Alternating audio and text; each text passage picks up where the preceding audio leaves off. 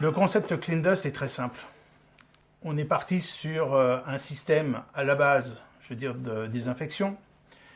Mais bien entendu, sur les chantiers de désamiantage, on parle de volumes beaucoup plus importants à gérer. Donc on parle de volumes qui sont entre 1000, 2000, 3000 mètres cubes. Forcément, le mélange eau-air était quelque chose d'idéal. Concernant l'environnement, on n'utilisait aucun produit connexe et annexe pour revenir dans les zones. Donc on n'avait pas à traiter. Et le système de l'air, c'était de l'air qui existait aussi sur les zones de désamiantage. L'eau à portée de main de la même façon.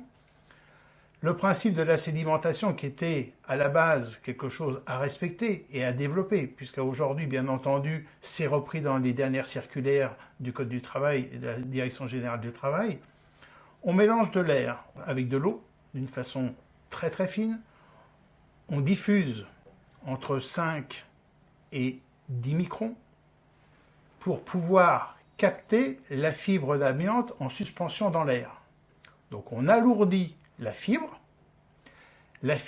redescend naturellement au sol et le taux d'empoussièrement, que ce soit environnemental ou au poste de travail sur opérateur, est réduit d'un coefficient de 70 à 90%.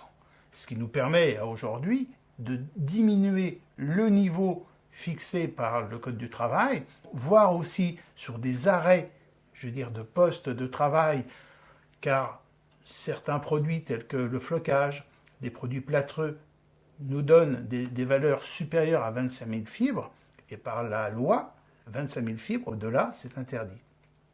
Donc grâce à Clean Dust, on peut continuer à désamianter, même sur des empoussièrements attendus très importants, puisque nous avons fait des chantiers tests avec la CRAMIF, sur certains chantiers avec la DGT, ou sur des empoussièrements attendus 25 000 fibres.